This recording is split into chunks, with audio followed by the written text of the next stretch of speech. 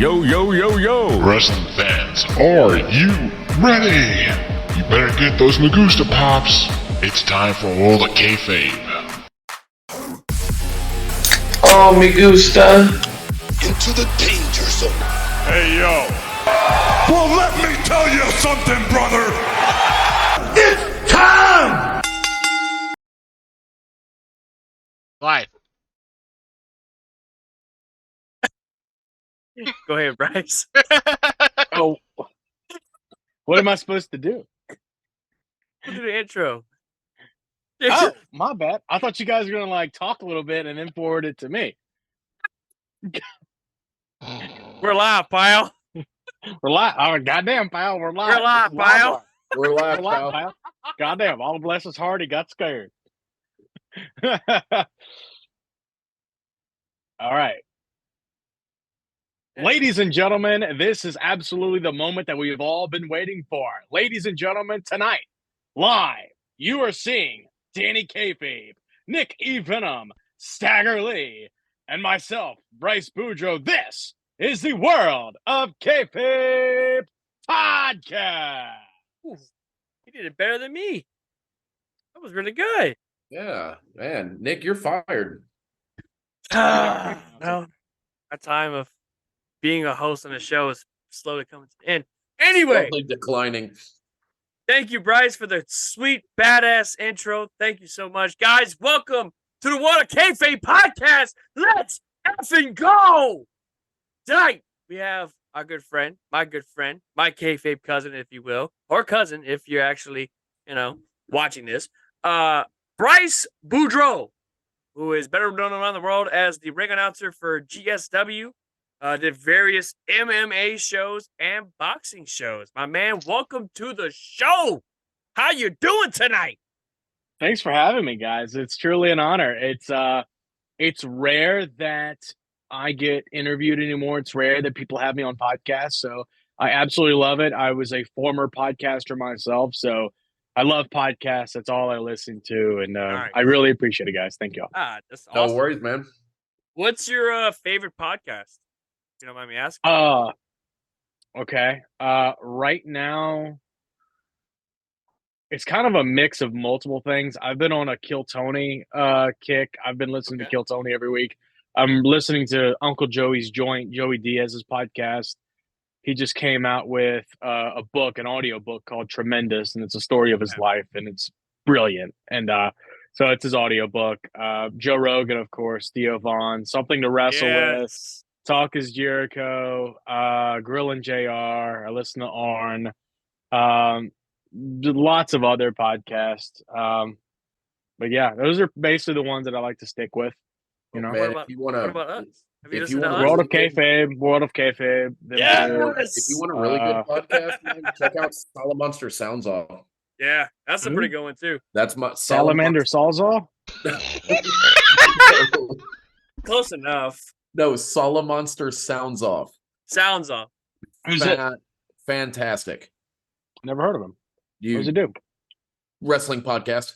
Okay, cool. Yeah, I've been listening to him since about 2012.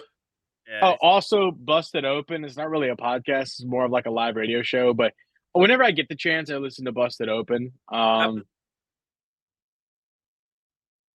was gonna say I listen to it every now and then. It's pretty good. Yeah. I mainly do obviously JPW podcast because I gotta plug them sons of bitches. I normally do What Happened When with Tony Schiavone. Oh yeah. 83 weeks with Eric Bischoff is superb. Yes. Going off wrestling, I normally do the Be a Man podcast, which is Boston Be a Man. It's a guy from TikTok, and he's like, smell your dog's ass, be a man, like that type of stuff. It's pretty hilarious, and like every now and then he'll talk about wrestling and stuff like that. He has a good podcast. Anything that involves Will Sasso on a podcast is absolutely amazing. The 10-minute podcast, old school. I believe Dudesy is his new one. I want to say him and like a friend of his. I forget. I'm just finding that one out.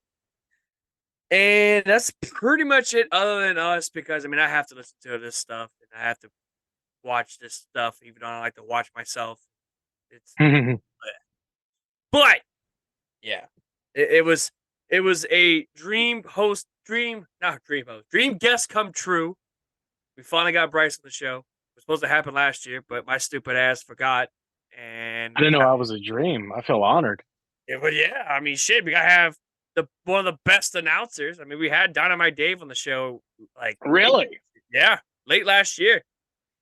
We might have him back again. Yeah, he's dude. Dave has so many stories that people don't even know. Yes, Like, and I owe a lot to Dynamite Dave Hardy, who is, I mean, one of the best announcers in the world. There is no one doubt. that comes to the excitement that guy brings. And I watch what he does, and I'm just like, man, how does he do all this? It's unreal, but it's great, you know. That's only he could pull that off. Other people, it would just seem forced. That's him. That's Dave. Like, if you have a conversation with Dave, he sounds like the way that he walks and the way that he moves. He just has that aura to him. Yeah. And from announcing for the Final Four multiple times with NCAA to NBA Finals or the NBA All-Star Game in New Orleans to bodybuilding competitions to mixed martial arts and then bringing me into the world of MMA. Like, I owe everything. The reason why I'm in the world of mixed martial arts is because of that guy. Like, nice. He's real deal, the best. He puts what's it, Michael Buffer run for his money. I'll tell you that right now. Like, I watched him at the recent APW show, not House Party. It was Bayou Battle on a Bayou. Dude, he surprised the shit out of me because it's like, holy shit, we got Dynamite Dave. Let's go! Like, you know what I'm saying? Like, the dude, wow, he brought in that energy. Yeah, that dude's good. Yeah, I was watching a YouTube celebrity boxing thing, and their MMA and their announcer wasn't that good. And I was like, damn, Dynamite Dave should be doing this. Yeah. Yeah, he would have. Or Bryce, one of the two. Bryce is pretty good too. So I met Bryce, was it 2018? 2018 at GSW. It was one of the GSW shows. I want to say, I think so. And I remember seeing you as like, this dude's like looks very professional. You know, he's well built. You know what I mean? He's not just some guy that's I'm an energetic person. No, I look classy. I'm a professional and all that shit. I'm like, you know what? That guy's pretty badass. I like this dude. You know what I'm saying? So fast forward to like September, and they had SmackDown, right? Didn't you catch the pancake from New Day? Yeah, man. That was September of 2018. Yeah. Good God. Blast from the past, my guy. I still had long hair back then. Yeah. Me and my buddy Robbie Russo, we sat front row behind the commentators for SmackDown. He had a couple connections behind the scenes in WWE, and so we got free tickets sitting front row. And it was a total surprise. That's whenever SmackDown was on Tuesday nights. Yes. And it was 9/11. Yes. So it was like a 9/11 tribute show, and it was a big deal because it was the SmackDown on 9/11 years ago. It was an anniversary. Right. And I remember the New Day were throwing pancakes, and I caught a pancake. And I remember R-Truth making his entrance, and I yelled out. His shoot name is Ron Killings, and everybody calls him Ronnie. And I was like, Ronnie! And he stopped in his entrance, and he like looked straight at me. He was like, he pointed at me like I was his best friend, and he hadn't seen me in years. It was the craziest thing. But, yeah, but that was a fun night. Yeah, so that was shoot at screen. What's up? What's up? Yeah. What's up? Awesome. He's out of action right now, as a matter of fact. Speaking of R-Truth, he's out of action because he got in there was a bad spot on NXT. I didn't even know that. So it was he's too old to be getting hurt, bro. He's like almost 50. Yeah, it was a spot. It was a spot of him going over the ropes onto the floor, and he landed on his leg wrong. Yeah, he hit his back hard on the freaking mat. It was pretty nasty, dude. Hard. But yeah, I'm actually trying to find that picture of when we took together. But bruh, I was skinny. Dear Jesus, I was skinny as hell. But You still are. You look great, man. dude, I got a beer gut. Compared to what you see me last year, I have a freaking beer gut, my guy. Plain and simple. Welcome to the real world. That is absolutely true. I think I just found it. Oh, there it is. There it is. I'd love to see this. Oh, God. Dude, look at us. Wow, we. Oh wow. That was SmackDown of 2018 right there. And notice your boy was a bit on the skinny side right there, sporting Me a and you both. yeah, like look at you. Homie with the That's frickin- whenever I had the beard, I had the long hair. I look totally different now. Yeah, now you look like a changed man now. I am a changed man. Are you I am. going to SmackDown in June? Where's it gonna be? In Lafayette? I had no clue. I might. Dude, you gotta go. Which, by the way, I you might. guys can see me at SmackDown Friday, June 23rd. Tickets are still on sale right now on Ticketmaster or at the box office. If you're in the Lafayette area, come check it out. And if you see Nick, yell "Oh me gusta." Yes, please. Yo, What the hell is the deal with the Omi Gusta stuff over here, guys? That's Is this the like a damn Don question. Vito thing? That's a damn question. I don't. So I the Me Gusta thing just took on a life of its own. Like it just started from somewhere. Now it's here. You know. That's all I can say. Dude, No. you've been, dude, Dan, you've been saying that since like Xbox. Me playing with you on Xbox and everything. I just heard it one day. I just heard the word one day, and I liked it. And it's just like everything that's good in life. I'll like. We ate dinner tonight. I took a bite of it, and instead of being like, "Honey, man, that was a fucking good ass bite of food," I'm just like, "Oh, me gusta." It's just. It's Yeah. It's basically- look. The word in a nutshell, it's happiness personified. You Oh, ain't me living that Gusta. Gusta life. Where the fuck are you at? I think I get it now. I think I mean, kayfabe pulling back the curtain, or not kayfabe, breaking kayfabe, pulling back the curtain. Like the password to get into this meeting was "me gusta," Me one gusta. word. I'm like, what the hell? Why not just have like 4 zeros? Something simple. I gotta type out "me gusta," and I'm like, Yeah, it's now I Me get it. Gusta. It's a lifestyle. It's not a saying. It It's a is. lifestyle. It is. So I want to get a whole new World of Kayfabe shirt. On the back says like "me gusta" or some shit.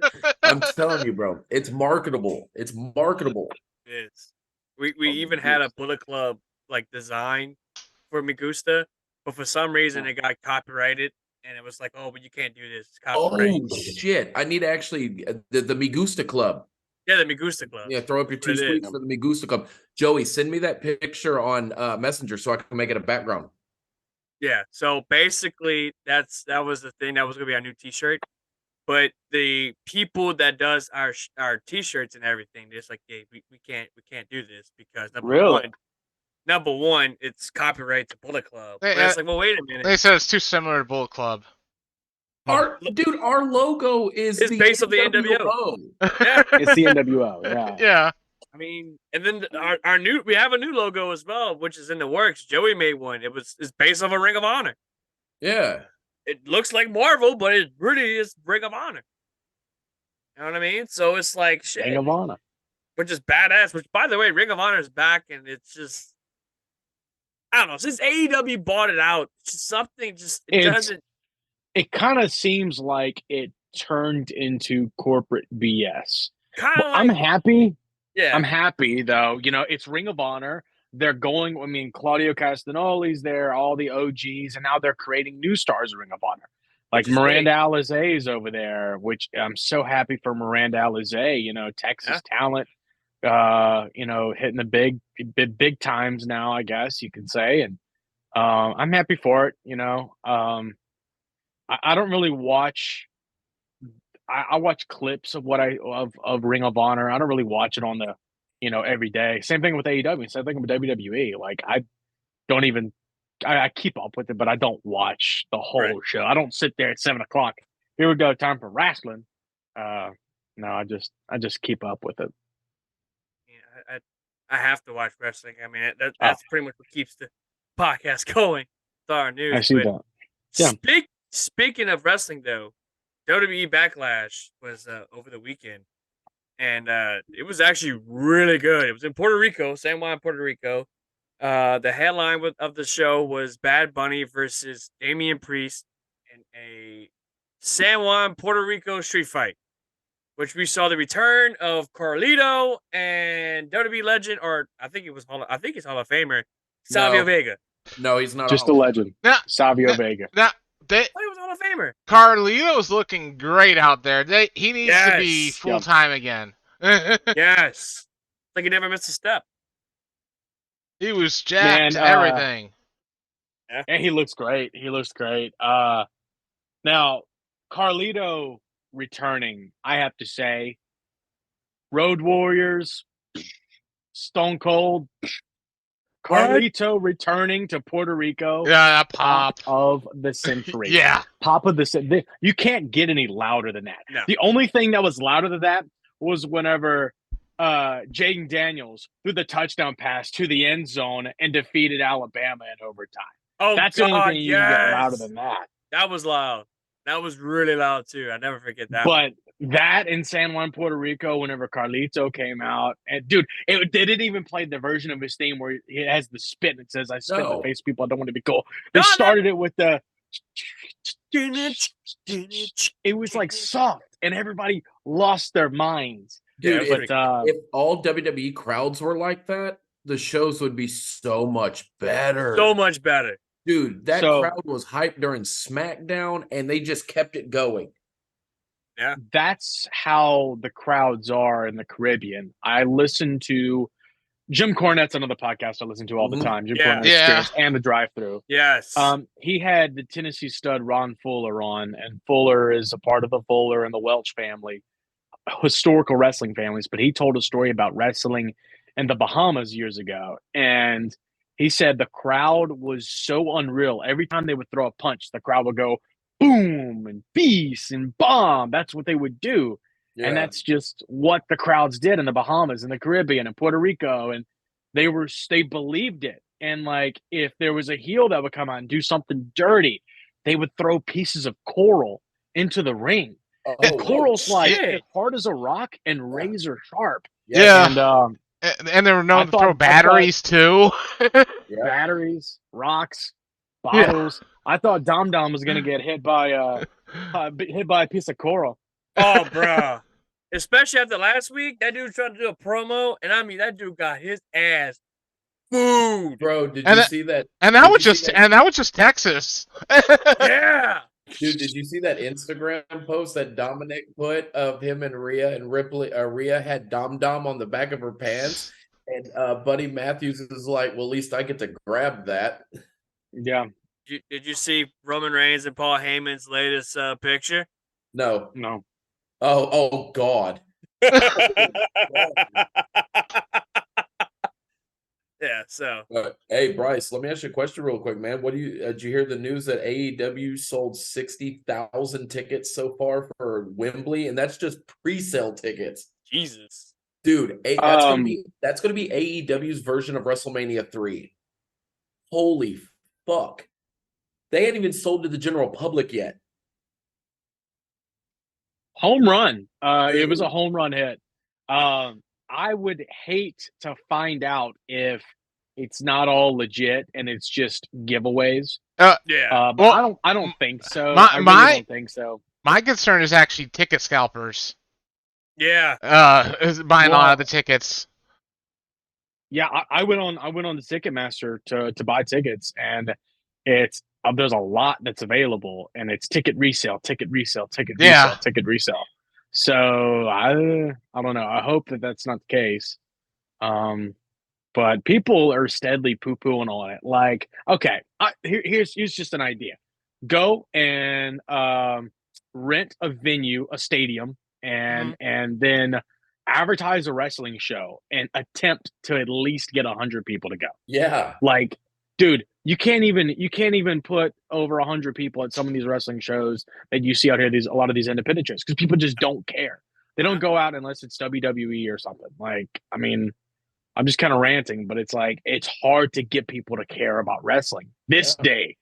Except if you're in Puerto Rico, then it's a whole different ballgame. But I mean, it's similar to anywhere that is not the United States. I mean, wrestling is still pretty popular in like England. Impact always had a big selling. Whenever they went, when Impact, TNA, whenever they went over to UK, it always draw huge numbers. But in the US, it would always be smaller numbers. Yeah. I mean, it's a pretty ambitious move for Tony Khan to be like, we're going to sell the fuck out of Wembley. Like, ooh. Yeah, and there's big dreams. And your introduction to it. It's already making WrestleMania 39 look small already by numbers. Yeah, but let's see what the actual execution of that's going to be. Yeah. All I care about is when I turn that TV on and see that crowd, I'll believe it. This will be the biggest push into the UK because WCW never got a big grasp into the UK, and it was always WWF because they would even get pay-per-views for free on television in the UK. They got spoiled out there. I don't think WCW even had a show outside of the US. Yeah, they did. They've had ones, of course, in Germany where Mick Foley lost his ear in Germany. Yeah. But yeah, that was WCW. Yeah. WCW ring. WCW against Vader. Yeah. Against Terry Funk. North Korea. Vader. Because Mick Foley told the story, he was like, it was a what was it? A musician band or a musician crew that did the ring that night, and they over tightened the cables too tight. So when he did the spot, it literally strangled the shit out of him because the ropes were too tight. I didn't know that. Yeah, that's don't do that shit. But no, I'm excited for AEW All In. I'm happy that All In's coming back, which is amazing because the first one was. Oh my God, the first one was just a giant indie fest. I mean, it was done by Ring of Honor, but you had guys from Impact, Ring of Honor, ex-WWE wrestlers. You know what I mean? So it was pretty much everybody coming into this giant independent wrestling show. That's not WWE. It was almost like a GCW collective before GCW collective was a thing. Yeah. And I mean, I don't really watch that much GCW. Like after the Manhattan one, it's just kind of like, And I have Fight Pro, Fight TV Plus, whatever, so I can catch all the GCW shows. But it's like now, it's not that it's bad. It's just it's shot from a phone, right? And I'm not saying that's a bad idea, but it's like you got to get the proper equipment to shoot a good wrestling show. You know what I'm saying? I just don't feel like GCW, and this is nothing against people that wrestle in GCW. No. I just feel like their booking is the same every show. Yeah. I guarantee you, put on a show. It's going to start off with like a 6 or 8 man scramble, right? Yeah. You'll do a couple death matches. You'll have your main event. The next show, it'll start off with a fucking scramble. The same thing. It's the same formula, but that formula works for them. Yeah. It works for them, but like you said, are amazing too. Like you said, we don't, as wrestling fans, me, you, and Joey, we don't watch every GCW pay-per-view. We watch the ones that are like have a marquee main event. Yeah, that's about it. And I mean, the last one I could sit down and actually watch was GCW in Manhattan. That one was great. The main event was crap. Yeah, the main event was shit. I mean, it was pathetic, man. Like, dude. That right there would have been, I mean, that was like the second to last big match of Briscoe brothers. It was. I mean, it was their second to last match as a tag team. I mean, not second to last big fight feel type. Then of they match. had that dog collar match, which was oh my God. Absolutely amazing. So good. Spicy meat the ball. Yeah, we actually had Sam Stackhouse from GCW a couple of weeks ago on our podcast, and we were talking to him about the Hammerstein. He said it was pretty cool, but I mean, the show, when we go back and watch it, you really find the flaws of it. I think one of the things that No. I think one of the things that ruined it is it's in New York and they have a very strict athletic commission, so they can't do any death match, can't do any blood, can't do any all that stuff. Yeah, So but half of them people almost died on half of them fucking botches, especially that dude that tried to jump off the ladder and then G-Raver almost killed himself. Fuck, Dude, what's his name? you didn't need a death match. There was well, almost 2 deaths in that well, match. that's actually AJ one of my Gray. big complaints AJ about Gray. wrestling right now Fuck G-Raver. is like people like Yeah, fuck people. G-Raver. I'll probably get heat for this from some people, but I don't see what's that impressive about that wrestler Commander, because all he does is jump off the ropes constantly. Jump, jump, jump, jump, jump, jump. Okay, you've been watching too much Jim Cornette. You need to stop that. You need to calm down, sir. Joey's like, no flips, just fists. Yeah, he's so the revival. Yeah. No, dude. I watched that match from a few weeks ago with Commander versus Jay White. No, I don't remember. Well, regardless, you can say the same thing about El Hijo del Vikingo. It's the same shit. Yeah, but the thing with Vikino is, and this is my thing, the dude is very talented. Oh, absolutely. 100% talented. Does he do the Circus Olay bullshit? Absolutely. But that's the thing. That's their thing in Mexico. Mexico with Lucha Libre is a whole different ballgame. You know what I'm saying? Dude, when Commander runs that rope and he jumps, dude, He makes Ray Phoenix look like an amateur, bro. I still mark out for that spot. All I gotta say is him against Kenny Omega, AEW Dynamite. If you haven't watched it, go check it out. It is absolutely a phenomenal match. Ending is great. I loved it. I think it got Vikino to get signed by AEW, if I'm not mistaken. I want to say, yeah. So I'm pretty excited for it. However, this Wednesday we're getting John Moxley versus Kenny Omega, which I thought was going to be the BCC versus the Elite. But I have a theory, and this is probably going to be the most predictable thing. We're going to be getting blood and guts. We're getting blood and guts. Oh, absolutely, absolutely. BCC and the Elite. And I bet you, I know who's going to be the. What is it? Is it 4-on-4? Or is it 5-on-5? It's going to be 4. It has to be 4-on-4. So I heard a theory. Unless it's 5-on-5. Well, I think they both have to get somebody. I think it's going to be 5-on-5 because the reason why I say I think we're still going to get that Takeshita heel turn. He's going to join Blackpool Combat Club, right? I bet I'm going to put money on this.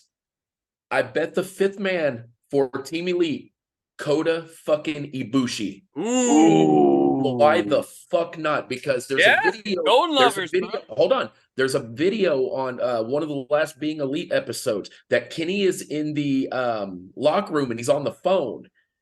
And he says something to the point of like, hey, I'm handling some business, going to get something done. Because it was in lieu of them talking about the Blackpool Combat Club. Because Kota Ibushi has already expressed interest in coming to AEW. I think we're getting Kota Ibushi. Well, who's it would be great. Guy? So the Bucks, clearly Omega, Kenny Omega, Hangman, okay, and Kota versus Blackpool Combat Club. Moxley, Claudio, Brian, Takeshita, and Yuta. Oh yeah.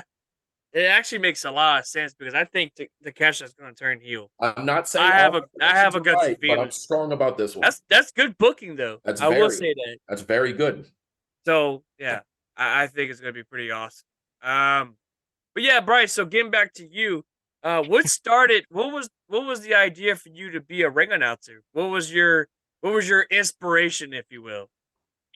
So I mean, like I always grew up, paying attention to the ring announcers that I grew up with, like Tony Chimmel with whenever he was on SmackDown on Friday nights. There was nothing better than that, and like everybody freaks out about whenever he said "Rated R Superstar," but I liked everything else that he did. It was just, Tony Chimmel was just the voice of my childhood. I mean, even Lillian Garcia and of course Justin Roberts. At the time, it was ECW whenever I was growing up. Yapper. Then you'd flip it on a Thursday night and watch Impact Wrestling or TNA. Sorry, it was TNA Impact. And you would have you would have David Penzer, or you would have Jeremy Borash, which Yep.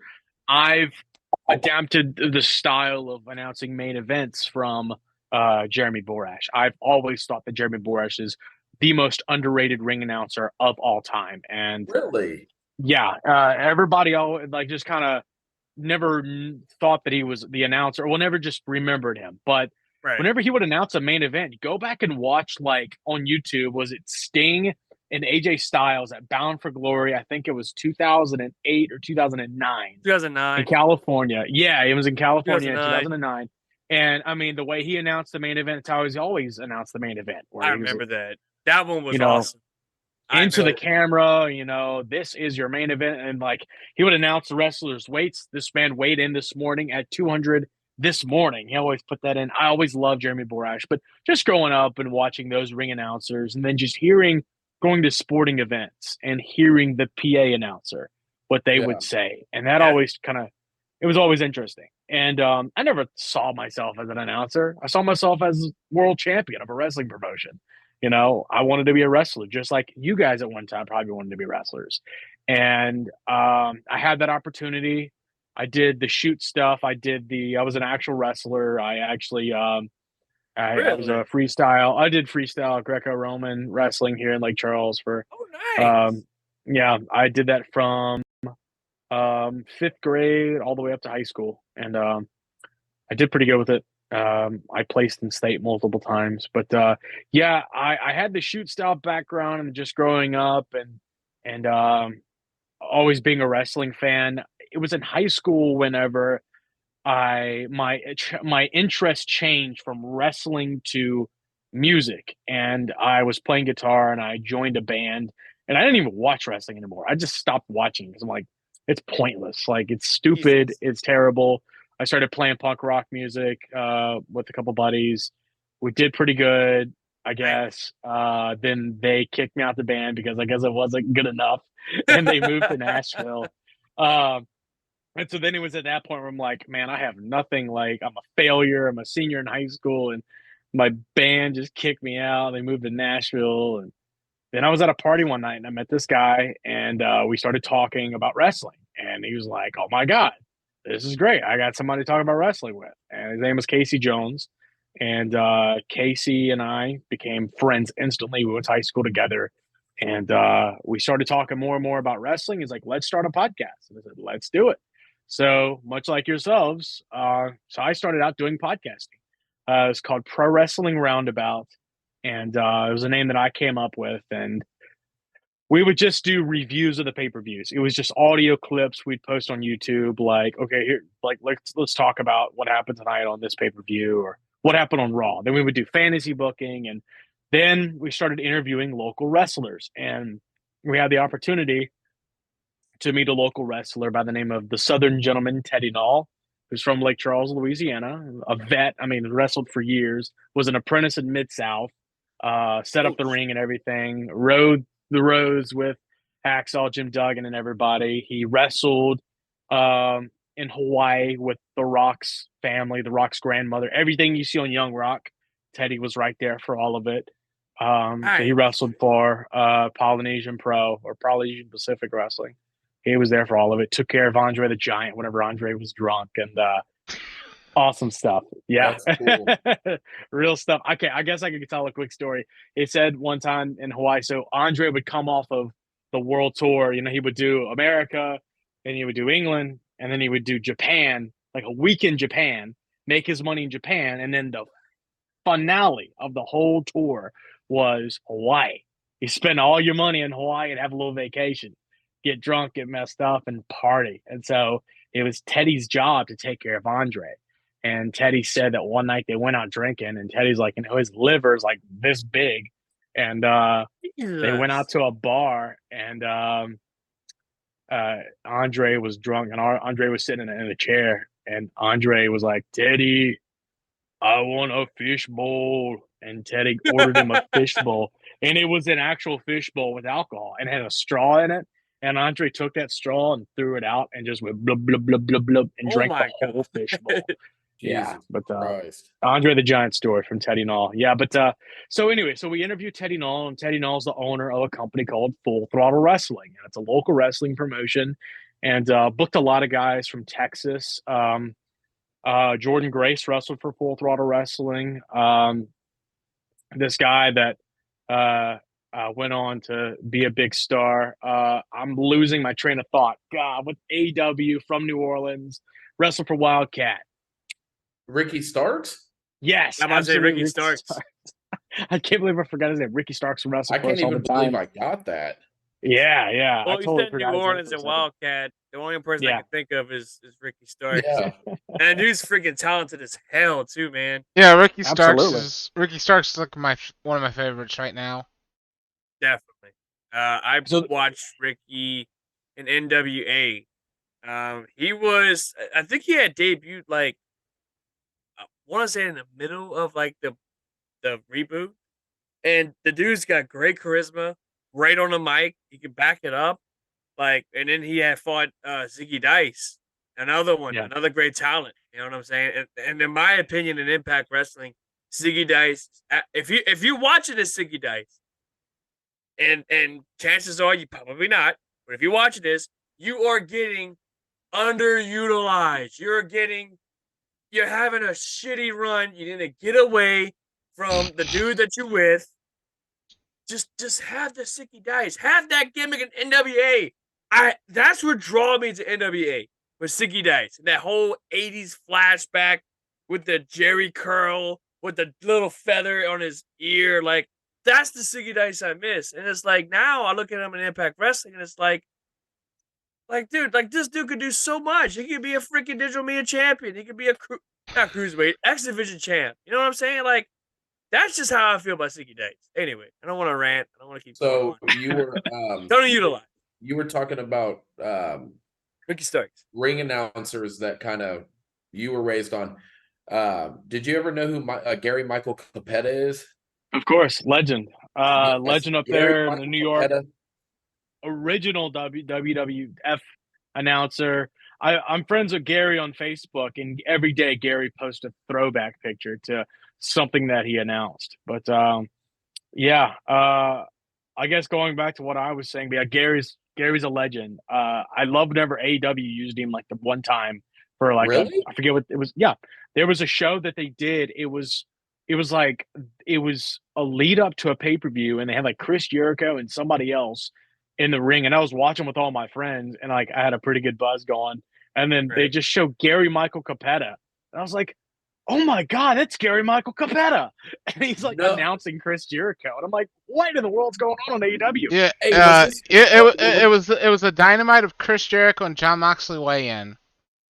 Oh, really? Yeah, I just looked it up. Yeah. I just looked it up right now. Hey, you know, it'd be cool if we could reach out to him to be on here. I could, of course. I could let him know. Yeah, Let's Sicky Dice. No, I'm just picking. Don't do that. Because I will gladly be I like, can yeah, hit him up. Huh? I can hit him up. Hey, that'd be awesome. With Ziggy. I can see. I can let see. Ziggy So know. if you were to do that and he was to be on, so I'm not familiar with the guy. I don't know nothing about him. I could see Nick being like not fanboying, but kind of like how I did the first time we interviewed Kid Cash. I was super professional, but in my mind, I was doing fucking backflips. Oh, no, Kid like, Cash. here's the thing. So when I first saw Ziggy Dice, this is the thing, because me and Bryce talked about this at a wrestling show. It's like, this dude's freaking awesome. It's like, yeah, I'm friends with him on Facebook. I'm like, are you fucking kidding me? Like, I've been trying to see this dude a friend request on Facebook for the longest time, and you're friends with them? Yeah, bro. It's like, this dude is absolutely talented. Like, I watched this guy in NWA, right? He got signed to Impact Wrestling. I was excited. I was ecstatic. I was ecstatic when he was in AEW for, like, was it Dark or Elevation, whatever. It's one or two.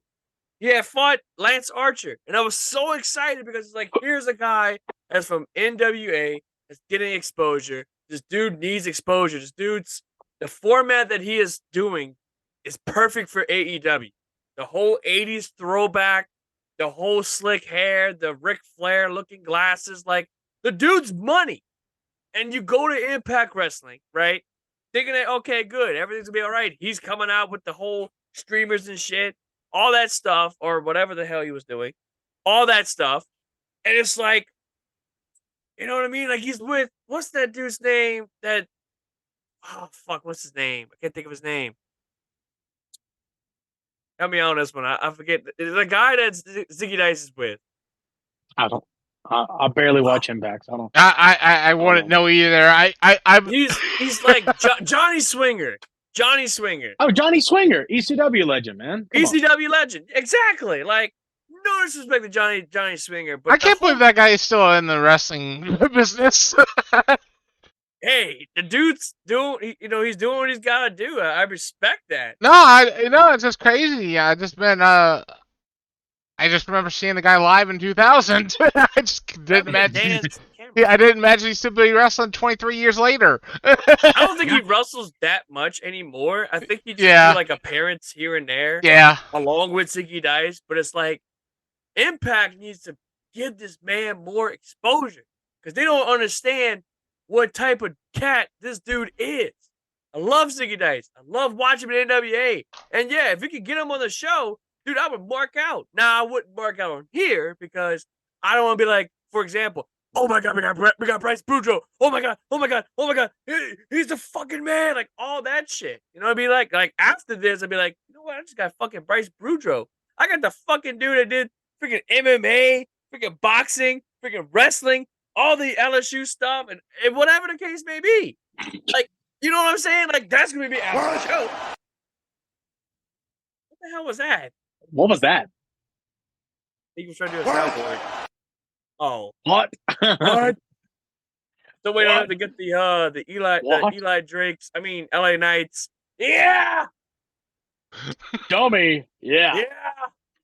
Dummy. Yeah. Yeah. Let me talk to you. That's actually Brittany's favorite wrestler right now on WWE. Like, of all people, she likes Street Profits, but for some reason, she can't stand a heel wrestler. But for some reason, she likes LA Knight. It's like, well, why do you like LA Knight? Because he's You remember awesome. back when people poo-pooed on the name LA Knight? Like, Yeah. I don't even, I love whenever you remember the WWE name so much that you forget what their name was on the indies. Like, yeah. I couldn't even imagine myself calling Kevin Owens Kevin Steen. Like, no. Like, even though that's actually his shoot name, but that's besides the point. But it's like Sami Zayn. You know what I mean? El Generico. But I mean, we know who El Generico is. No, Sami Zayn is not El Generico. El Generico died in a fire. Yeah, El Generico's dead. Oh, shoot. Oops. Well, anyway. Oops. I just just ruined down the mood here. This is ruined kayfabe. Yeah, you just ruined kayfabe. On the world of kayfabe. That's the name of the damn podcast. So long, everybody. No, but like, look at Matt Cardona.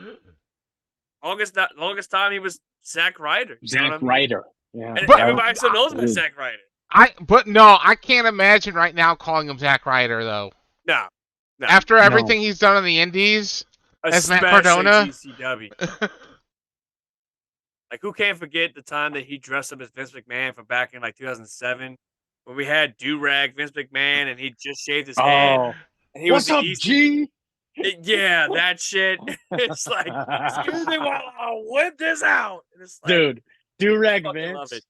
Every day, to get me excited, I would go look up a clip of do-rag Vince, and he's like, the product of my semen, Jonathan Coachman. Yes.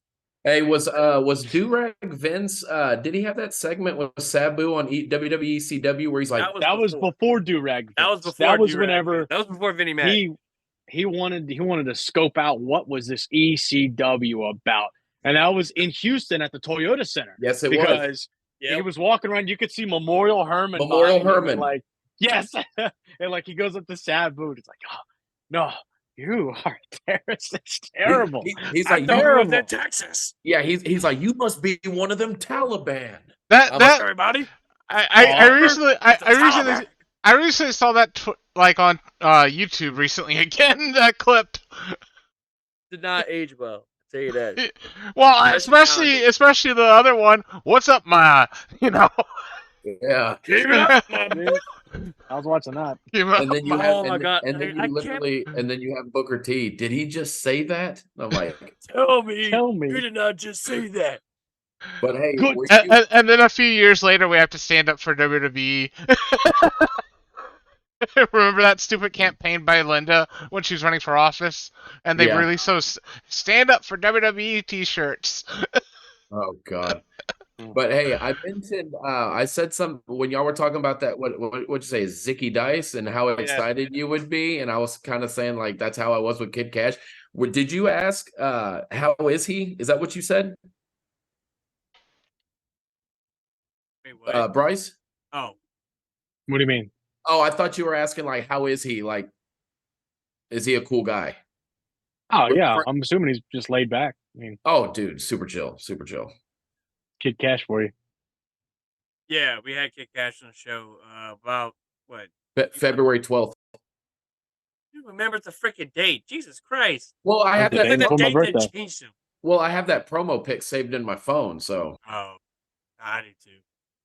But yeah, Cool. so we're running back this weekend with because my Cunha of a freaking co-host couldn't wait to announce it.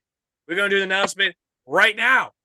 So, ladies and gentlemen, this Sunday, I should say, this Sunday we will not have an episode this Monday. By the way, we will not be on because we have an episode this Sunday.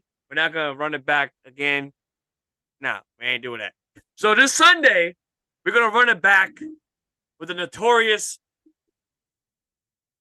the notorious KID, right? Did I say it right? Okay, good. The notorious KID. I'm sorry, even though I'm the youngest one in the group. I doubt it. Huh? I doubt it. Oh no, literally, like Joey is the oldest one. Dan's like in the middle. no. Joey, how old are you? I'm 36. I'm I'm about to be Said it like it's a 37. bad thing. No. November. I turned 30. I turned 37 in November. At least you're, So you're old I'm enough older. to So vote. I'm the oldest one in the group. I've been old enough to vote forever now though. So Yeah. Yeah, I'll be 30 in December, so 29. I'm living up my Well, last. in y'all's group. Okay, I get it. Yeah. Oh yeah, in our group. Yeah, you're like no. what? What are you, mid 30s, bro? Me? Yeah, Yeah, Is that an honest guess? absolutely. I know you're not in your mid Yes. Let's just say that. Okay. Yeah, Um, we're not gonna put the man's age on air. That's not happening. though, I cannot legally confirm. according to the analytics, Keep it kayfabe. according to the analytics, we skew more towards the older audience. Apparently, we've even got apparently a 60-year-old listener, according to statistics. Cool. That's everything, look. bro. That's awesome. But we had Kid Cash on the show, and it's by far one of the best episodes. Fuck, Beautiful Bobby. Beautiful Bobby had him on the show about a couple weeks ago, and it's one of the best episodes we've filmed. Well, We had a good time with it. Even though F the Astros, I will always say that F the Astros because they're not number one, and we are. The Braves are number one. Astros are not. So suck it. Shut up, Braves Dan. are okay, but you can't say F the Astros. F the Astros. I mean, the Astros won the World Series last year, buddy. Reigning champs. I mean, right now we're off to a rocky start, but we don't have Jose Altuve. We're kind of getting the gears in line, but we're still projected to come back, and I think that's going to happen. And then our pitcher's out for the regular season. Oh. I can't think of his name, but yeah. Yeah, I can't say anything about my team. The Cardinals is 12-24. So Jesus. Meanwhile, we're 24-12. We play the Red Sox tomorrow night. We start a little mini series with the Red Sox. See, half of Louisiana is Braves fans, and the other half is Astros fans. Because for years there was a television blackout. The only thing you could watch baseball-wise in Louisiana was the Atlanta Braves. That was the Braves. So that's why that's why Brandon Law is a Braves fan, and there's all these Braves fans in Louisiana, and then Nick is a Braves fan, and then I'm over here in Lake Charles. I've been a diehard Astros fan since I was a little baby. Going to Minute Maid Park. I went to opening day. Nice. Love the Astros. Yeah, My buddy I even have Blake an is a Astros souvenir cup over there. As a matter of fact, he's becoming a staple of the show. If I don't send a shout out to him, Steven Metzger. If you're watching this, I don't know what baseball team is your favorite, but you're on Team Braves. Just saying, as always, Team Braves. Who is Steven Steven. Metzger? Okay, so he's a friend of mine that I went to a wrestling show with a couple of weeks ago. A couple of weeks ago, I think. Yeah. A couple weeks ago. The 29th. What'd you say? The 29th. And then he went with me. We met at Rumble on the Bayou. APW. And they kissed. Yeah, and they kissed. We did not kiss. So the first time we met, the Rumble on the Oh my Bayou. God. He was We so couldn't believe how beautiful. beautiful Bobby looked. God. What kind of show are we running here? So, yeah, about that. Bobby had a very interesting story. If you guys want to see the very interesting story, watch the Beautiful Bobby episode. It's hilarious as shit, in my opinion. Especially the bear story, if you know what I mean. Just saying. Beautiful Bobby. Yeah, Beautiful Bobby. Yeah, he was. I was the last person to announce Beautiful Bobby before COVID. Oh shit! No shit. I announced the last wrestling show in the state of Louisiana before COVID. Which was what? That's cool. I even announced a wrestling show in the state of Louisiana during COVID. Yeah, you did. It was a secret show. It was for Pro Wrestling 225, and it was like Pro Wrestling 225 and GSW was like tournament of champions or something like that. I remember it was that. I remember seeing something. Yeah, and I remember it was in a hot gym, and I guess we were just all excited to see each other because it had been so long, and it was like a little family reunion. It's just me and everybody from 225. Dude, shout out to Christian Blake, bro. Like he became the congrats to Christian, man. He became the new PW 225 champ. Like through hell and high water, this dude won the championship. And not to take anything away from Corey Constantine. The dude's got a great oh my God. He had a great run, but I'm happy that my boy Christian Blake became the world champ. Well deserved, in my opinion, of any title. GSW, APW, or even PW225. Like, I'm happy that he won it because the way how he was setting up, it was setting up to win the title, and I'm glad that he won it. So big shout out to you, in this case because he loves Penta. Which, by the way, that was not me underneath that mask. But anyway, does that mean congratulations in Spanish? No, that's zero fear. So, okay, cool.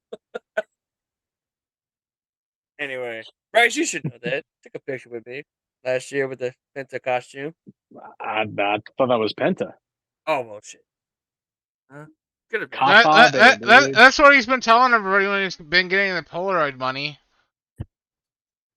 Ben Gay the Polaroid bunny. What?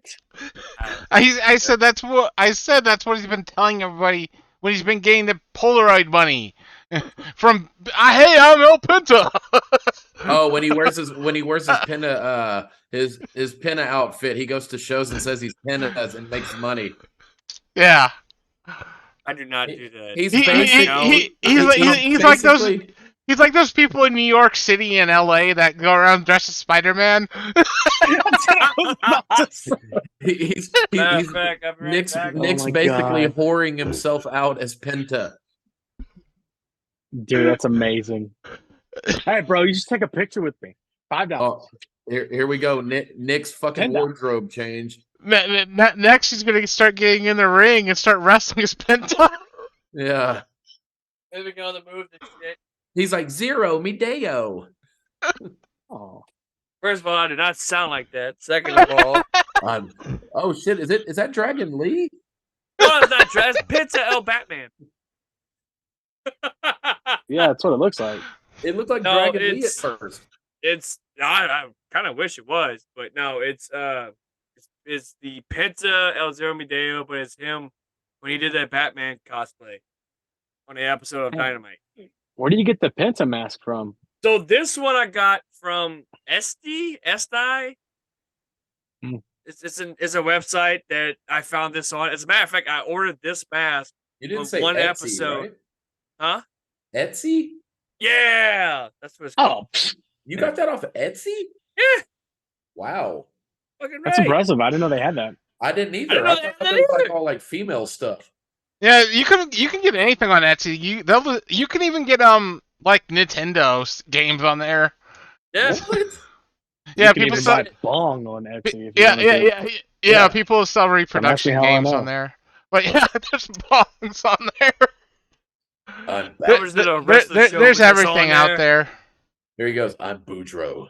I'm Boudreaux. Look, everybody! It's Excalibur. He's on the show. Yeah. Oh my god! Quick, Shut up, Excalibur. quick, Excalibur, run down the match card real quick. Okay, everybody, we got it. WhatCafe.com/you. Oh, I fucked that up already. Dude, that's perfect. That sounds like him. That's just about.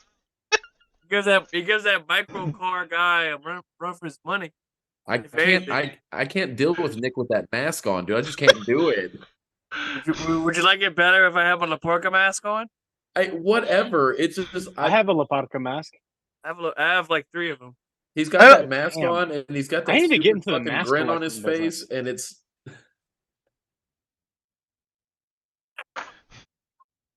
I love it. This is actually one of my favorite Penta masks. I have the Joker one too. So I have this one, which, to be honest, I'm taking this off now. To be honest, I'm about to retire this one, put that on the mannequin head, and along with my Joker one. Because my Joker one's on the retirement. Because I'm never wearing that mask. That mask. Nick, be great. Not grateful. Be honest. Have you just ran around the house with that thing on? That's I'm not going to confirm it or deny it. He's like, That's hey, all I'm Brittany, saying. Zio, Mideo, charge. Charge. I'm scaring our guest over here. Jesus Charge. Christ. No, but this is one of my very other mask collections that I have. I also have this one, the Porca mask, which I almost wore to the wrestling show last year, but I didn't. Oh, I was going to. Yeah, I was going to, but I decided not to the last minute. So I decided to do the traditional white one. We got this one right here. Oh, cool. Yeah, this is actually pretty cool. Cool, La Parca. Nice. Hey Nick, have you ever thought of going as yourself, or is that too scary? Fuck you, Joey. Fuck you. Now, all Nick needs to do is Crazy. stand up in a chair and just be like, I Hey! Oh shit! Ready? hope he doesn't fall. I hope that chair breaks. That's it. Show's over. That's the case. Show's over. If that's the case. Just saying. Did anybody go to? If that happened, did at least anybody you go to the wrestling viral. Show? Sorry. Hey, what'd you say, Bryce? Did anybody go to the wrestling show that happened Friday night, Cinco de Mayo show in No. Louisiana? I don't even know anything about that. Okay, never mind. What happened? Yeah, speak up. Don't do that. Come on, don't be Well, scared. I wasn't there, but I saw pictures. There was a referee that wore a mask, and legally I'm not allowed to say his name, but Yeah. I know who he is. And to open the show, I guess the big sponsor was an establishment known as Visions, and so they brought their workers out, and they did a little routine in the ring with the referee, and y'all didn't see this? Mm. Okay, No. okay. So maybe I should just. I thought you knew what I was talking about. So I don't know what promotion this was. I don't know what was going on, but my buddy was the referee and he was wearing a mask. So we're not going to say his name, but I guess a Right. sponsor for the show was Visions Gentlemen's Club in New Orleans. Oh, shit. And they brought their girls out and they did a dance in the ring for the referee and they were all on top of him. And yeah, I just never mind. But yeah, Anyway, What was this? Do you know? Was this an outdoor show? Yeah, it was an outdoor show. Because I know there's a lot of those Cinco de Mayo shows that are outdoor. I think I might have Yeah. seen that on Facebook Friday. In I saw South some Texas, that's all they outdoor- have is outdoor wrestling shows. I've never been to one. I announced an outdoor wrestling show in Laredo, Texas, which is literally Mexico was like behind me, and it was outdoors on Father's Day, and it was super windy and it was hot, but it was beautiful. I had my Right. sunglasses on, and I announced a show, and What was the Yeah. craziest like city? Now I know you're in Lake Charles, Louisiana, but like, have you ever done announcing shows that's like outside of like Louisiana, other than Texas or Mexico? Mississippi. I've never been in Mexico. I mean, I've been on the border of Mexico, but Oh, okay. Mississippi. I've announced shows in Mississippi, Atlanta, Georgia. That was at Center Stage. I announced in Center Stage, Atlanta, Georgia, which still has my goddamn suit held hostage, and nobody seems to know where it is. I've called Center Stage, the Center Stage that Dusty Rhodes was booking out of, the Center Stage that a young kid named Paul Levesque knocked on the door, and Dusty Rhodes answered. That's the Center Stage. We did championship wrestling from Atlanta there. I was the announcer for it, and I left my gray suit. And it was during the time of COVID. So you called Center Stage, and of course, they can't answer because that spreads COVID, apparently. So they never answered anything, nothing at all. We went for the second tapings at Center Stage. I filled out a lost and found claim letter. They tried to kick me out the building. They said, okay, buddy, you filled out the letter. There's the door over there. And I said, actually, buddy, I'm working tonight in your building. And they said, oh, we're so sorry. So now Center Stage is posting on social media. We're just having a great day at Center Stage. And every time they post something, I comment, where's my goddamn suit? You still have it held hostage. Nobody has an answer. So there's somebody at Center Stage that's wearing my suit, or there's some bum in Atlanta wearing my suit right now. So That's ass, bro. but everything else at Center Stage was great. Everything else at Center Stage was great. Dude, working in Atlanta with Championship Wrestling from Hollywood or United Wrestling Network, we did Championship Wrestling from Atlanta tapings. That was one of the highlights of my career. I mean, we had an Airbnb with just the who's who of wrestling at the time. You know, Zicky Dice was there. God damn it, what was the guy's name? Wrestled for WWE. The Drama King, and now he's now. Yeah, well, he was Aiden English. Now he's Matthew Rehwoldt, but he was there. Ryan Parmeter, who's also known as Big Con from the Ascension. The other guy, Victor from the Ascension, was there. A couple other guys, but it was just all of us in this big Airbnb in Atlanta, Georgia, and it was great. It was just, I remember after the show, we had a big party there, and everybody's just drinking and telling stories. And I remember Matthew Rehwoldt telling me a story about how WWE did a house show in Tyler, Texas, at this place called the Oil Palace. This is a WWE house show in like 2017 or something, and it was a building that had no bleachers. It had no like locker rooms, so WWE basically had to put their own locker rooms, set them up in like trailers and stuff. It's like, why do a house show in a place if you have to do all that? But yeah, but yeah, but it was just a really fun time being there, filming for national television. I got to announce some very big hard hitters. I met Tony Nese there. I met Aria Davari, which Sean Davari's brother or cousin, I forget, but they're both working for AW right now. I couldn't be any more happy for those guys. They were super cool whenever I worked with them. I remember talking to Aria Davari about whenever they did the first, what was that? What was the show in Saudi Arabia? I think it was the Greatest Royal Rumble. Yeah. Whenever they announced the winners of the Tough Enough thing that they did overseas, and it was Mansoor, and like out comes Davari and Aria. They were waving the flag of Israel. And over there overseas, it's crazy. I mean, people are hardcore racist over there, and it's all about religion, I guess. And so people were just appalled that someone from Israel is waving the Israeli flag in the middle of Saudi Arabia. And I remember Arya got banned from the country of Saudi Arabia for life. Arya can no longer go back there because of that, just because he was doing his job. And we talked about that. But yeah, so it was That's a fun cool. time, man. Yeah, Atlanta was a massive experience, all thanks to David Marquez, who is amazing. Just the king of modern studio wrestling, a brilliant mind when it comes to wrestling and televised wrestling and how to market wrestling correctly and how to monetize wrestling. And then David Marquez has truly done that. And I owe a lot to my success in my career to David Marquez, and he knows that. Now, I hosted. What's that? now the shows you did at Center Stage that were Yeah. televised, where can you watch them at? Is it just strictly just like YouTube based, or is it local syndicated television? So it was syndicated television at the time. Whenever we recorded, it was a couple of weeks later. It aired all over the country. It aired in Puerto Rico, aired in Canada, overseas.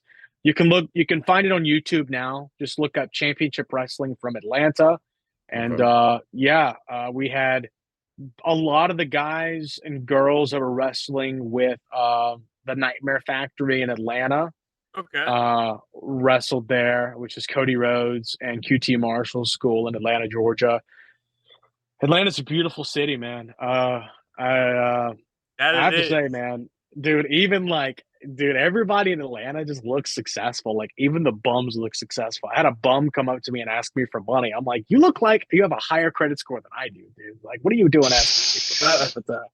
But Yeah. yeah, man, like that's just Atlanta, bro. Atlanta's a beautiful city. I had the honor to ride all over town the day before with Johnny LaQuasto, who used to work for WWE as a house show announcer and a commentator. If you go back and watch NXT, was it like the NXT War of the Worlds or NXT World Cup? I forget what it was called. No, Worlds Collision. collide. Worlds Worlds collide. Collide. Johnny LaQuasta was the head commentator on that one, and Oh, he did nice. the announcing for NXT and the ring announcing on the house show loops. But he was basically like the remember him. brains behind the First- producing of everything. And yeah, I'm proud to call Johnny a friend to this day. He's a successful comedian, and he still does some wrestling announcing and commentary on the side. He worked with Zicky Dice for all of Zicky Dice's Outlandish Paradise shows. And then I think he's also a physical therapist in California. So, yeah, it was Atlanta was a beautiful experience, and I'll say that to the day I die. It was cool. You know, me, this kid from Louisiana, getting the chance to go out there and just being a part of all that was really cool. Yeah, that is cool. And Atlanta has a great baseball team. Just saying. Anyway. Yeah, matter of fact, at the time, whenever I flew in, they were celebrating the World Series win, so against the Astros. So yeah. I'm just anyway. Nick, it's not going to happen this year for you, bud. Keep saying it. Keep saying it. I'm the heel of this story, but anyway. With that being ado, Bryce, we're gonna reach the end of the show. This is the time where we want to put it on you to drop down your social media, how they can find you, where they can find you, and if you got anything else you want to say, this is your time, my man. Yeah, man. As I try to pull up my schedule here.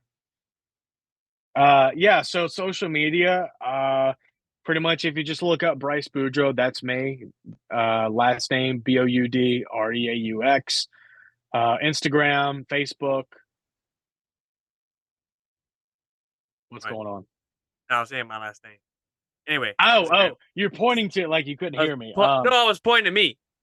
Anyway. Yeah, so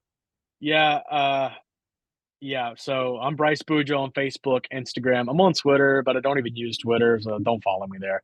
I'm on Instagram, I'm on Facebook. Look me up on YouTube, and I have a TikTok now because TikTok's like the new thing to do. So I hate TikTok. I don't go on there to sit there and scroll and watch shorts. I just post my videos. I like my friend's stuff on TikTok. So go check me out there and go see what I do best, and that is announce. I am the youngest mixed martial arts announcer in the world. That's me. I'm 25 years old, and I'm the youngest mixed martial arts announcer in the world. So Yeah, and I'm having a great time doing it. I'm hitting my stride very early in my career, and a lot of people that I've talked to have all told me like, I wish I would have had that ambition at your age, and Yeah. I just keep on keeping on, man. I love what I do. I do well with it, and I'm just going to keep taking every opportunity that comes my way. Um, I don't think I'm better than anybody else. I just do me, and I like making people think that they're stars. Meaning, like, I mean, giving them the platform that they deserve to be on, which is the fighters. You know, announcing mixed martial arts. That's the thing. These fighters have done all this training, done all this work to get here to fight on pay per view in front of the big stage, and you can't just sit out there, with your cargo shorts and your tank top, and okay, here's Joe, Richards, and here's Brian, Matt Matthews. You know, it's an event, it's a spectacle. You have to put these guys on the podium that they deserve to be on. And that's what I do best. And I truly love it. But yeah, so been having a fun time working for some great promotions: Gulf Coast MMA, Southern Hand Slugfest, Savage Fights, Bayou Fighting Championship, and many more to come. I've got some exciting news coming up in the future. So you just have to follow me on social media to find out what that is. But I've got some future dates if I can plug those. Go Hey, ahead. go right ahead. So I don't know when this episode is going to be dropping, but today is Monday, May 8th. So this weekend I head to Hattiesburg, Mississippi for Savage Fights at the Lake Terrace Convention Center. It's going to be an epic night. I think they'll be streaming everything live on Facebook Live, so that'll be a fun time. Next weekend I am in Biloxi, Mississippi at the Biloxi Community Center, which is a beautiful venue with Southern Hand Slugfest, the ultimate spectacle of violence in the South, I like to call it. It's an amazing event where they just random people sign up that think that they're tough. It's a tough man competition. It's 3 weight brackets: lightweight, middleweight, and heavyweight. 3 different weight brackets, tournament style. The event starts at 6, ends after midnight. It's fights all night long, knockouts guaranteed. They put boxing gloves on, they put headgear on, and they box 3 1-minute rounds, and it is amazing. It is so entertaining seeing these guys that you think, look at this, dude looks like he can't box his way out of a wet paper bag, and he just starts knocking people out, and you're like, wow, unreal. Is that going to be on Facebook Live? Because you sold me on that. Yeah, you got sold me on that one too. Like, so you can go back and look at their events on YouTube. They don't stream anything. They record it. They put it on YouTube. So look up Southern Hands Slugfest on YouTube, and you'll see a boxing ring and 2 guys boxing. My famous line: "This is Slugfest," and I stretch it out. It's a big deal. And then May 27th, big show. Headed to Youngsville, Louisiana, right down the road. Bayou Fighting Championship, big time. I think the main event will be Monica Medina versus Crispy Carly Judice. Carly Judice's big return to her hometown. So Carly Judice is one of the top. Yep, that's it. That's Southern Hand Slugfest. Carly Judice is one of the biggest. Yeah, good job. One of the biggest women's mixed martial artists in the entire world. They're calling her the next Holly Holm, and oh wow, she's from Lafayette, Louisiana. Hey. I don't even want to fight her. Like I don't even want to fight her, and like I'm like 4 times her size, and I'm scared to fight her. Like she could probably kill me. She's so dangerous, but yeah. So looking forward to that. That's May 27th by UFC, Youngsville, Louisiana. That's going to be a good one. Sold out show, guaranteed. And then as of now, June 17th, I'm back with Bayou Fighting Championship. And then June 30th,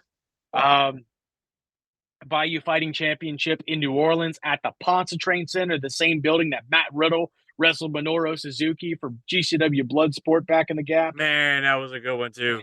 Man, that was good. Yes, indeed. Well, I got to announce that building, and so we put more people in that building than GCW did, but that's neither here or there. And then July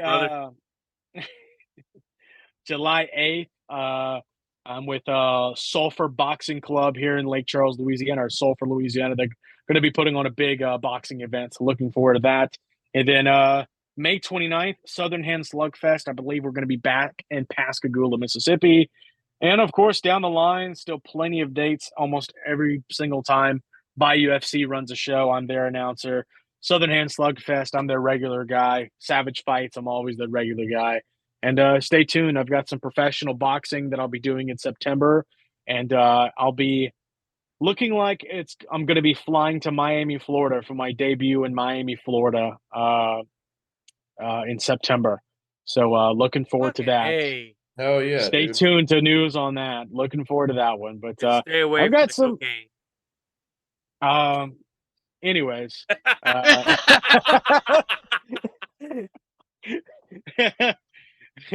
Anyway, So if we get 50 likes on this video, we're gonna sign up Nick to be in that slugfest. We can do it, Nick. oh shit!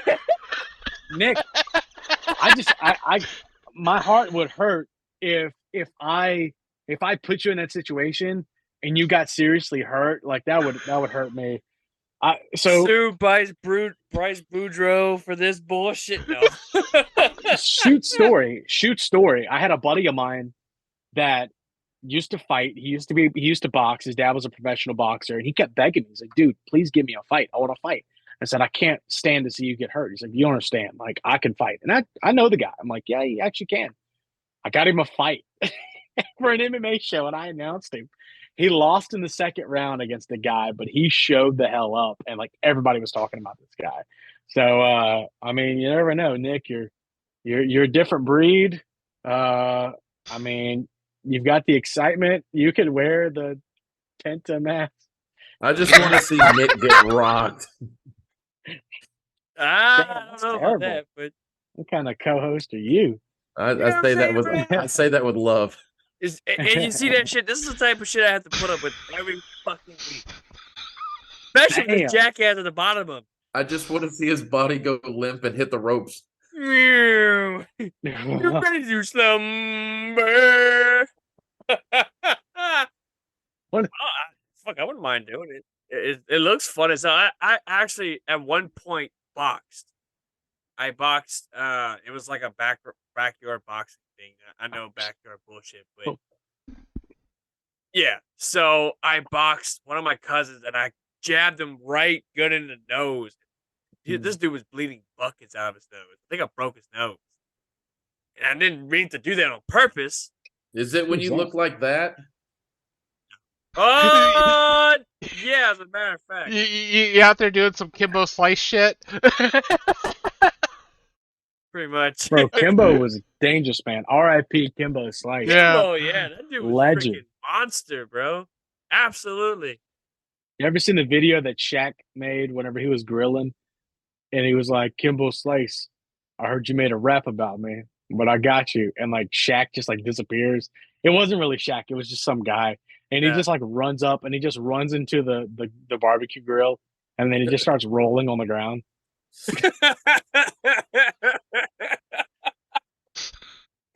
You just look up Shaq versus Kimbo Slice. It's one of the greatest videos on the internet. I think I'm going to watch it whenever I get through with this. Well, you got me. You got me hooked on the Southeast Slugfest. So, yeah, Southern Hand Slugfest. Yeah, Nick, do you follow? So, you guys follow Pro Wrestling 225, I would imagine, right? I do. So, I'm gonna tell this. I don't think this has ever been said publicly, but I'm gonna say this. So, the Cajun Outlaws. You know the Cajun Outlaws. Yeah. So the logo that they wear, you know, with the skull and the pistols. Yeah. So yours truly actually designed that logo. No shit. Yeah. Dude, I that's designed the original Cajun Outlaws logo, and then they had to change it to Cajun with a K because they got sued by some idiots that have some fishing channel that have like maybe 2 subscribers. But yeah, so I was the one that designed that. And then even more crazy than that, I've never publicly said this. First time I've ever actually said this, but I actually have nope, I don't have it. But the current Pro Wrestling 225 logo that you see everywhere, Yeah. it has the skyline of Baton Rouge. That was made by yours truly as well. I made that years ago. Look at Long you, Mr. time Jack ago. of all trades. Yeah, and now the Pro Wrestling 225 logo is everywhere, and Yeah. it's like I always forget that I made that, and it was my contribution to Pro Wrestling 225. Whenever I joined Pro Wrestling 225 as a commentator, the logo was just kind of basic, and I was like, man, I can make something better than this, and so I did, and they used the shit out of it, and it's nice. their logo now. Damn Yeah, great they put it in logo. all the championships. Yeah, I actually So- have a T-shirt. It's in the closet. I was supposed Cool. to wear it tonight. Oh, here we go. Nick's about to get up and go change his shirt again. I'm not. We're about to wrap up the show, you idiot. We're gonna have shirtless time. That's episode 69. No, but I actually have a PW225, a good one and a bad one. So the good one, start off, it's the Red Stick Con, right? It was supposed to be an APW show, but for some reason they backed out. So instead, it was a GSW and a PW225. And that was my introduction to PW225 because, I mean, I've seen guys like Jordan Jai over there. Who else? Christian Blake is over there as well. And so on and so forth. So I already know what I'm getting myself into. Lucha LaCoria was there. Chase Matthews was there. It was pretty cool. It was a cool moment. Definitely enjoyed the show, even though it was a combined show, and he had guys like the Brooklyn Brawler over there, Diamond Dallas Page over there, JBL, Ron Simmons. If I say Ron the Truth, I know. Ron Simmons, dude. So I was supposed to be the announcer for that show, but I was called to go announce for McNeese State University for the softball team. I'm also the voice of McNeese State softball, and which is going to be playing for a conference championship this week. Nice. So I got called to do that on the same day. And Mustang called me like the day before and was like, "Hey, bro, I need an announcer like bad. Could you announce this show?" And I was like, I can't. I'm booked up with McNeese State softball, and I had no clue that it was that show. And Dynamite got to announce it, and he was like, "Dude, I was talking to Brooklyn Brawler and Diamond Dallas Page and whoever Tatanka." So yeah, Tatanka was actually pretty cool. But DDP did a shout out to us on the Water Kayfabe. This was like when Water Kayfabe had just started becoming a thing. And I had met him twice that day. And I was like, "Hey, look, I have a podcast. Would you mind doing a shout out?" "Yeah, man, I could definitely do one for you." And so if you see it, it's on the YouTube channel. Can't miss it. And he basically did on his Diamond Dallas Page stick. And it's like, it feels like I'm on a set of WCW and he's cutting a promo about us. And it's like, man, this is so freaking cool, bro. Like, it's awesome. Yo, it's me. It's DDP. He did that. Oh, I think he dude. did that. I want to say he did that in the video. High five. Oh yeah, like the dude is super cool in person. Like for meeting him, meeting JBL. A lot of people thought that JBL was a dick, and I mean, back in the day, I would yeah, kill he to was be a dick. JBL. JBL was actually pretty cool. He called me Nicky Two Belts. I think Joey.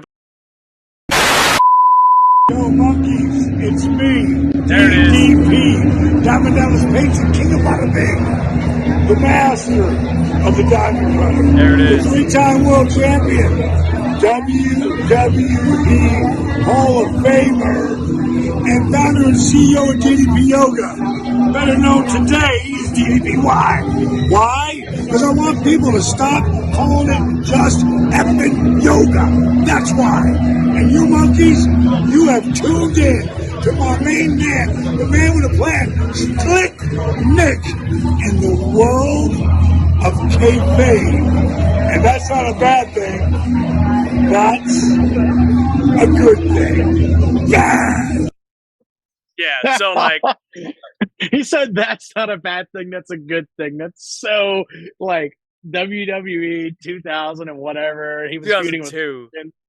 2002. Whenever it was at the Sky Dome, right? Yeah, for Yeah, that was WrestleMania. WrestleMania 18. For WrestleMania 18. He was That's like, when he had that's that not a bad thing. It's a good funny thing. gimmick. But dude, Does like, anyone remember whenever he went to TNA? Yeah. Yeah, MVP he in TNA did. was amazing. Whenever he came out and him and Raven had that feud, and like on the commentary table, Mike Tenay and Don West, God rest Don West's soul, but he was like doing that to Raven. He's like, he's sizing Raven up.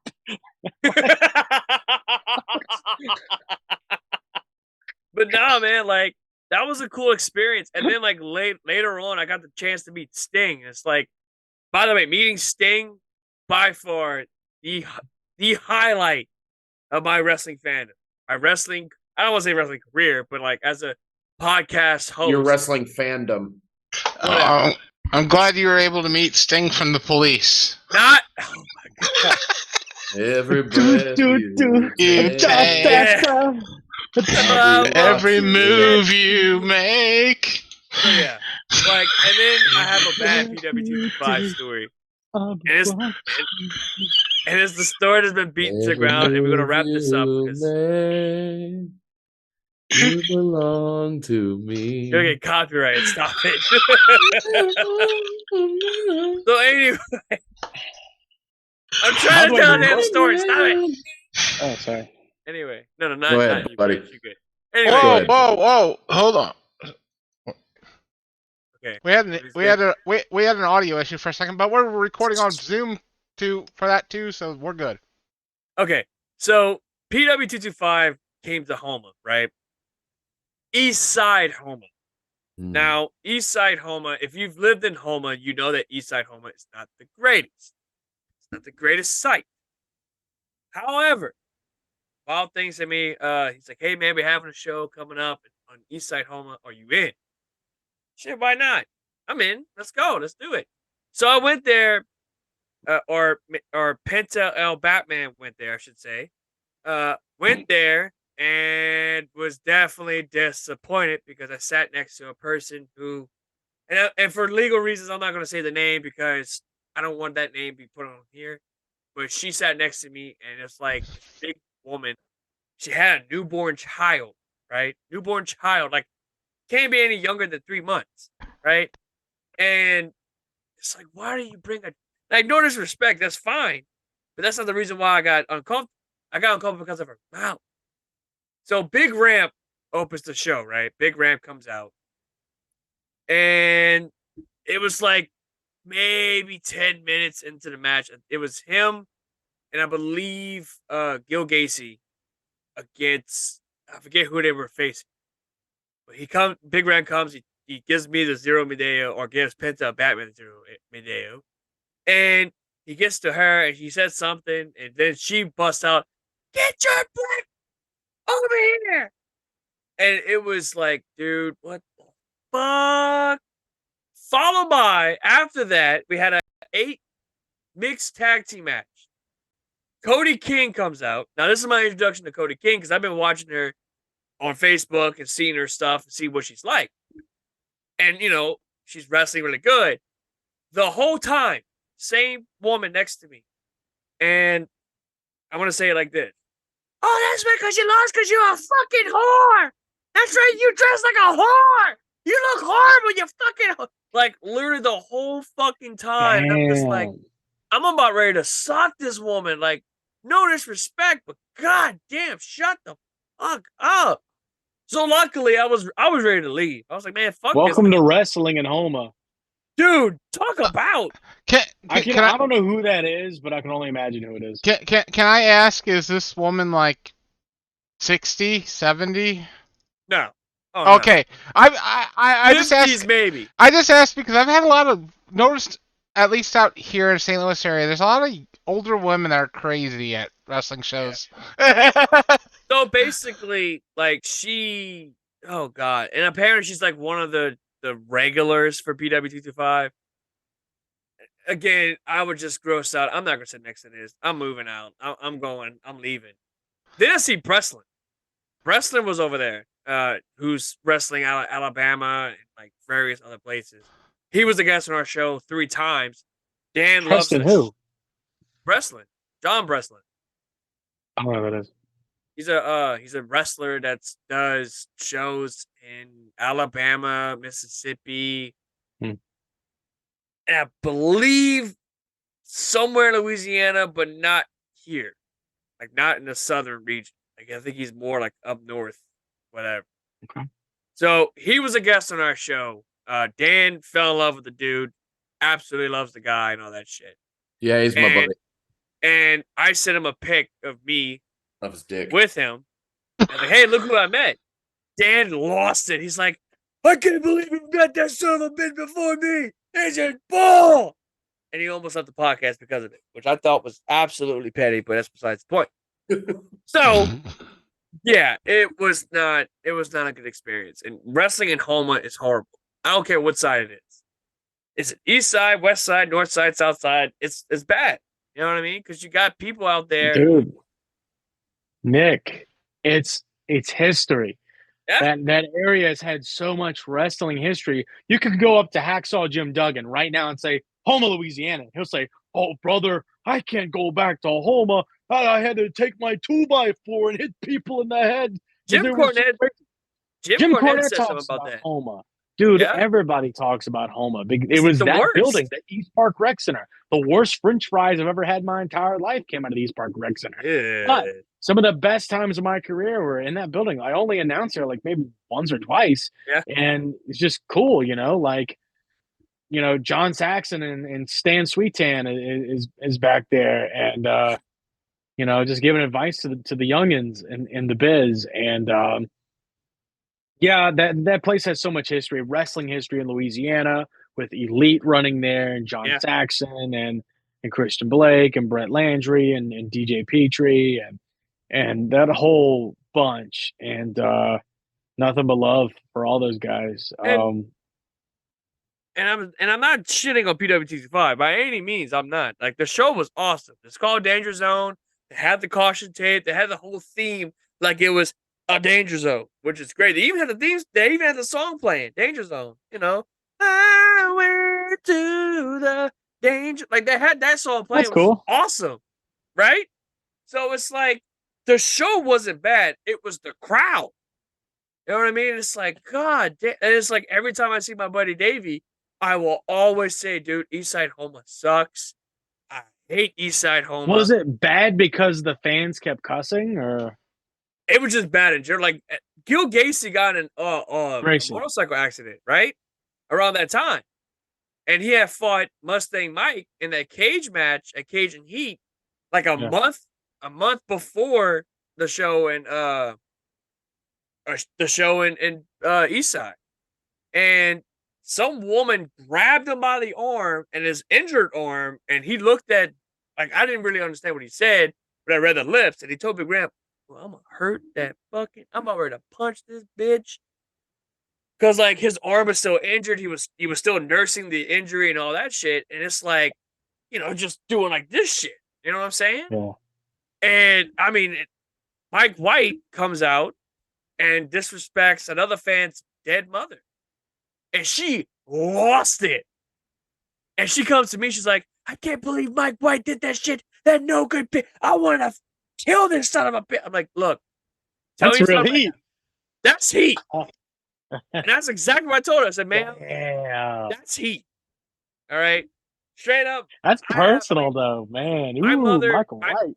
My mother's been gone for 4 years. All right. Somebody disrespect my mother.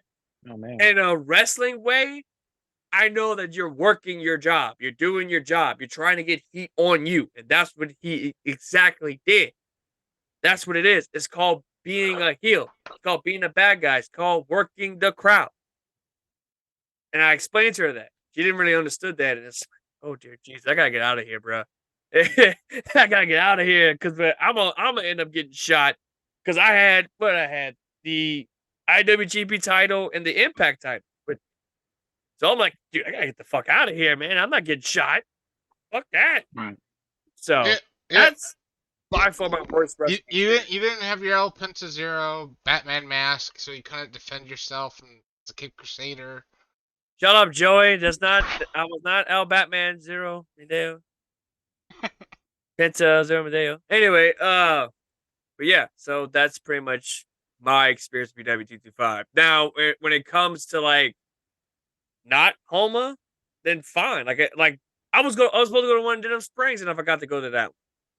When Christian Blake won the title, I had plans on going to that. but I had to work the next day, so I couldn't do it, which sucked. I was really looking forward to seeing Christian Blake win the title, but I saw it on Facebook, and I'm like, you know what? I'm so freaking happy for that man. He deserves that belt, pretty much.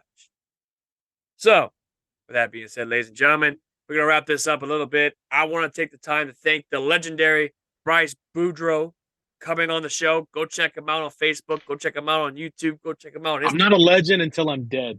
You are a legend. Stop it. You're a legend. I'm only 25. How can I be a legend? You're a future legend. How about that? Is that better? I'll take that. I'll take that. Future legend. I'll take that. I think he's a great ring announcer. That's just me. Thank you. I think it's kind of hard That to means pick a ton. out. Nobody ever says that. But it's hard. It's hard to pick out you and Dynamite. It's hard. We're two totally different styles. We're Right. two totally different styles. You're as far as more- professionalism and but like I can never match the excitement. Because like if I try to do what he does, it would just seem forced. It'd be like, okay, here's a guy trying to do a shtick. Yeah. Whereas Dynamite's like, that's him. Yeah, it would be like MTV's wrestling show.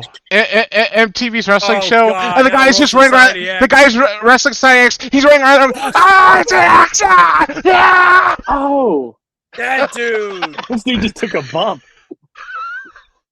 Joey took a bump. Wrestling Society X, bro. Yeah, that was amazing. That paper. We were supposed to do like wrestling show reviews. That's one of the shows we got to review because it's so bad that it's good.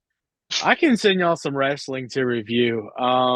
Wrestling Society X will go down. One of my favorite things whenever I was growing up. Yeah. That's another thing that I watched was Wrestling Society X, where you had these guys, this dude named Tyler Black and Seth Rollins. I can't say what's his name, Vampiro and X-Pac and a couple others. There's so many others. Teddy Hart. Jack Evans, Teddy Hart. Matt Seidel.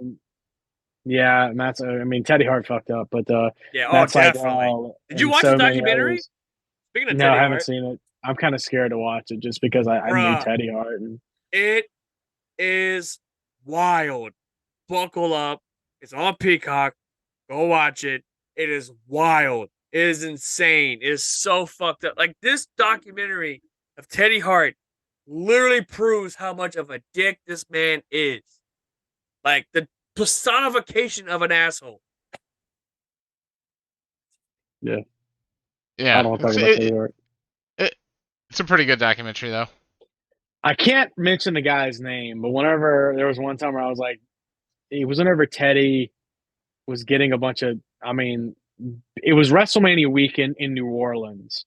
And it was the night that, as a matter of fact, it was at a Ring of Honor show. I'm not going to mention his name, but a dude that I knew was like, oh, dude, Teddy Hart's wrestling at GCW tonight. I'm like, I don't care to see Teddy Hart. That dude's insane. Like, he's crazy. And he was like, but have you seen Teddy work? And I'm like, yes, I've seen Teddy work. Like, dude, what? I'll never forget that. Dude does a killer moonsault. I will say that. Yeah, fuck Teddy Hart. There's so many other people you can talk about that have done much better in their lives. Oh, yeah. I mean, if we want to talk about high flyers back in the day, we can talk about like Jack Evans. There's multiple other. Dude, Jack Evans was unreal. I mean, I think Wrestling Society X. We keep moving on, but Wrestling Society X was kind of like the predecessor to Lucha Underground. Honestly, I felt like Lucha Underground had that style. Good analogy, man. Good analogy. Yeah. I've always thought that. But their announcer, I forget his name. He's a former MMA fighter. And he's an actor, and I cannot remember the guy's name to save my life. He was also in Cobra Kai. He was in Cobra Kai? Yeah, he was in Cobra Kai. One of the announcers was on Cobra Kai. He was Daniel LaRusso's cousin. That announcing method for Wrestling Society X just reminded me of a guy got into a big bag of cocaine and started running around the ring. Oh, yeah. That really reminded me kind of a buddy of the guy that brought me into the business, Rod Sterling. It was a memory that popped up of the original UWF that oh god, they did the Dark Side of the Ring episode about the UWF, Yeah. but their Oh. announcer that was like, It was wild. okay, and now coming to the ring, Dangerous Dan Spivey. Look at this guy. Everybody chant God. that. We're gonna have a good. And he just kept talking. And like Herb Spivey Dean, gets in is the it? ring. Was it Herb, No, Herb Williams. Herb Abrams. Herb Herb Abrams. Abrams, Yeah, the yeah. Jew. Yeah, Herb Abrams, man. He, That dude was wild, bro. the Jewish cokehead, Herb Abrams. But He was butt naked, had cowboy boots on, fucking doing cocaine. party, bro. Like, bro, Yeah. are you ready for the next Dark Side of the Ring season? Speaking of Dark Side.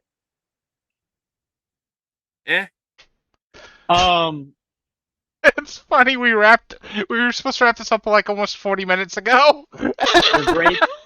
We're great gotta be a bit. talkers. We're great talkers. Oh yeah. You gotta talk him into the building. I think Danny Kayfabe's dying over there, bro. I hear somebody breathing hard. Oh no, that's not me. I'm over here looking on Etsy. I'm thinking about buying an Intercontinental I title. might buy some Etsy. mask. Holy shit, yeah. No, Hey. Dark Side of the Ring. I don't like the fact that this past season, Dark Side of the Ring, instead of telling a story, they decided to broadcast their own narrative and try to invoke their opinions on other people. Whereas they could have just told the story from multiple perspectives. Yeah. Instead, they tried to, okay, I know this is what the topic is. We're going to tell you this to make you think this.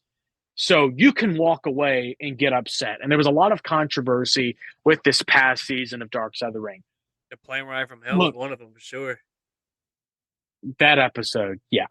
There's a lot more to it this past season that I felt like they were trying to push their own narrative. Whereas, okay, I want to get lost. I want to learn about this crazy thing that happened. I want to see the visuals, like the slow motion dramatizations of, wrestler gets out of car and throws his duffel bag.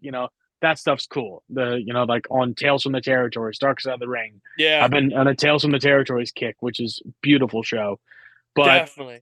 I can tell you guys, I've never said this publicly, but I guess I can say it here. I reached out to the producers of Dark Side of the Ring for an idea on an episode.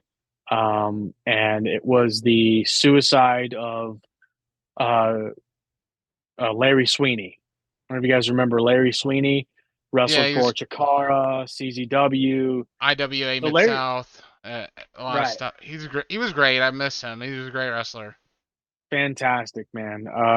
Sweet and sour, Larry Sweeney.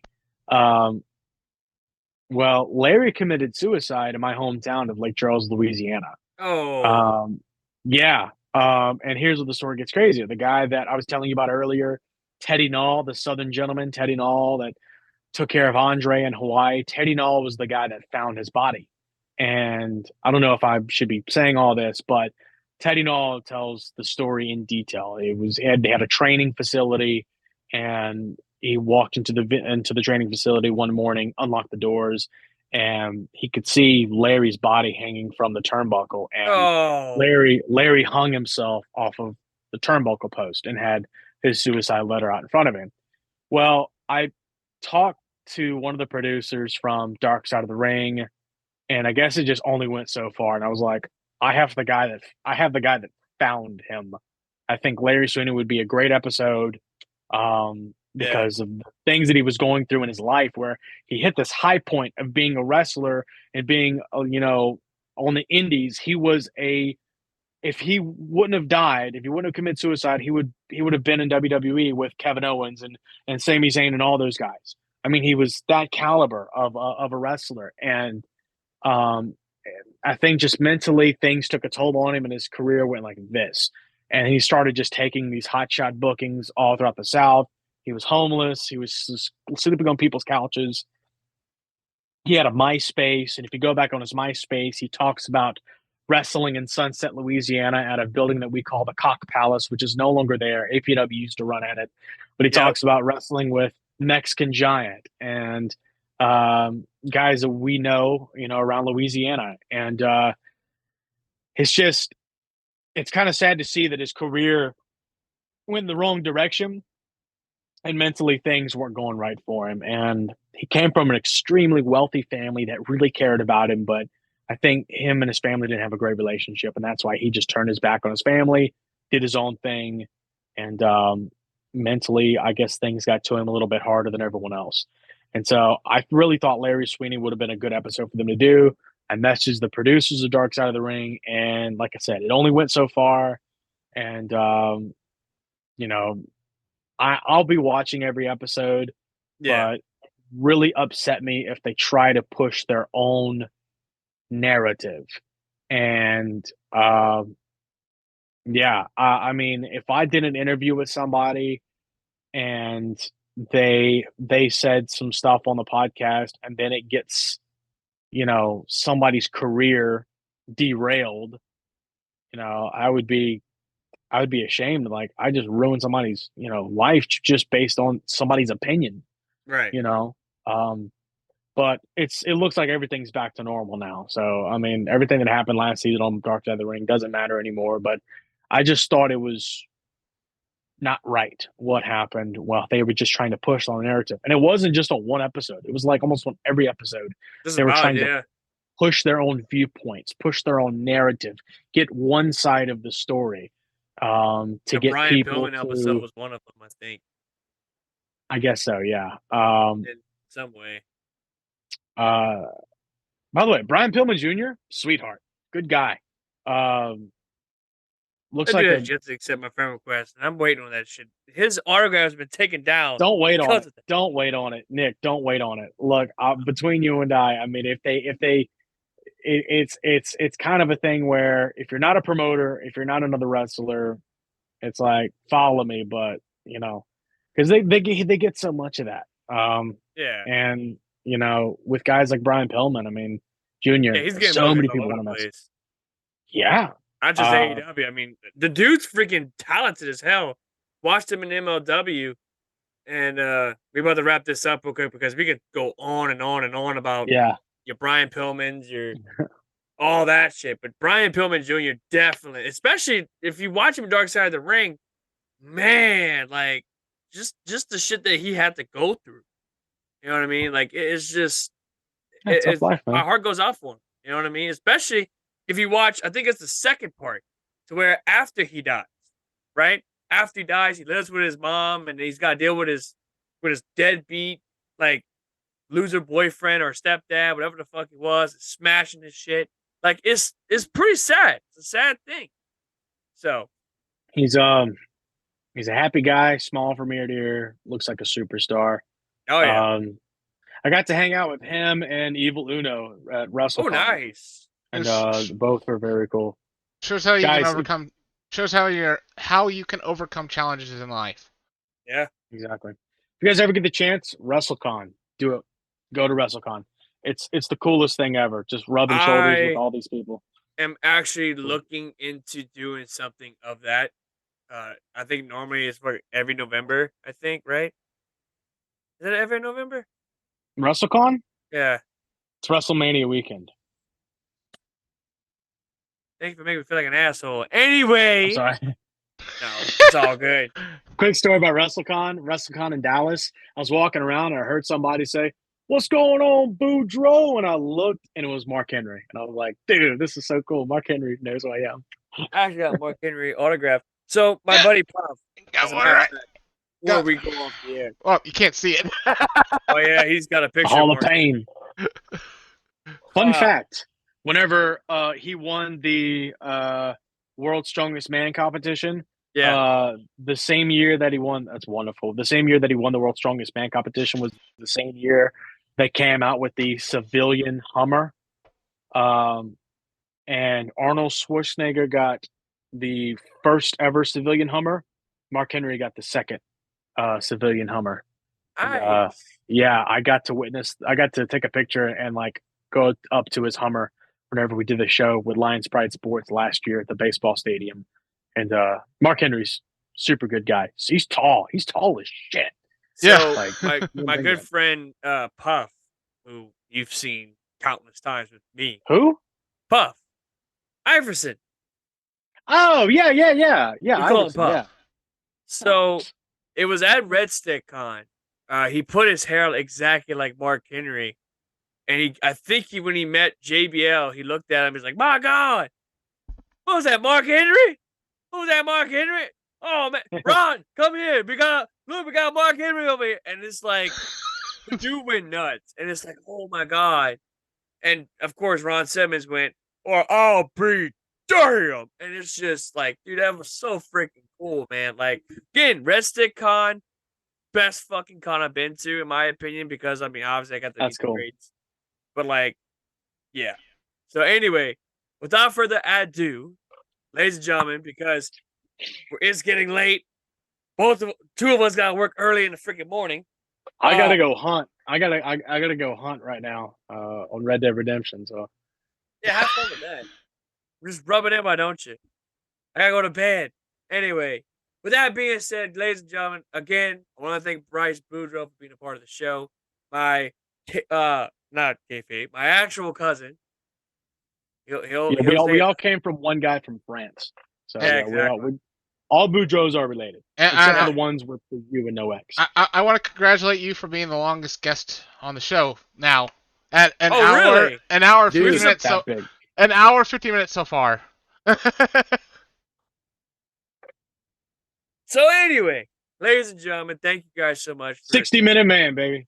I'm a 60-minute man. In the bedroom and in the ring. Woo! Hey, jumping on is a lot easier than jumping off. Jesus Christ. And once you jump on Space Mountain, you'll be just like this. Woo! So anyway, thank you to Bryce Boudreaux for being a part of the show, man. We had a great time doing this episode. If you like this episode, please consider following us on YouTube. Like this video. Smash that notification bell for all of our content whenever we upload our latest video. That way you don't miss any of our stuff as well. Tune in this Sunday. We got Kid Cash Part 2. Or Kid Cash 2, I should say. Not Part 2. Kid Cash 2. Kid Cash will be back on the set. He'll be back over here chatting up with us Kayfabe boys. And that's pretty much about it. Make sure you follow us on Facebook. Make sure you follow us on TikTok. Even though we have a TikTok page, we don't really use it. But please go ahead and hit us up on TikTok. That's where everybody finds our stuff these days. Anyway, and also make sure you get our merch at spreadshop.com/World of Kayfabe podcast. You can't miss none of our stuff. We got shirts, hats, kitchen aprons, coffee mugs, underwears, whatever the fuck you can find, it's there. And also, I will be at WWE SmackDown June 23rd at the Cajun Dome. Come say hi to yours truly. I may sign an autograph. I may say some Obi Gusta. Whatever the case may be, come see your boy.